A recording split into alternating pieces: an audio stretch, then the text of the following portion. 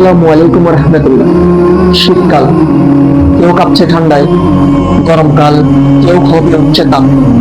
কিন্তু জানেন কি, এই শীত গরম এমনই এক জিনিস যেটা শুধু আবহাওয়া পরিবর্তনে না, বরং জাহান্নামের এক নিঃশ্বাস।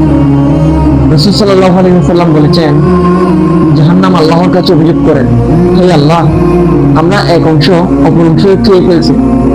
তখন আল্লাহ তাকে দুটি নিঃশ্বাসের অনুমতি দেন, একটি গ্রীষ্মকালে আর একটি শীতকালে। তাই তোমরা যে তীব্র গরম অনুভব করে সেটি অনুভব করো, এটাই জাহান্নামের নিঃশ্বাস। সহিহ বুখারী হাদিস 3260। তাই শীত এবং গরমে কষ্ট পেলে শুধু জামা কাপড় না, তওবা করো, জিকির করো, নামাজ পড়ো, কারণ এটা আখিরাতের একটি সতর্কবার্তা। আল্লাহ আমাদের সবাইকে জাহান্নামের আগুন থেকে হেফাজত করুন। আমিন।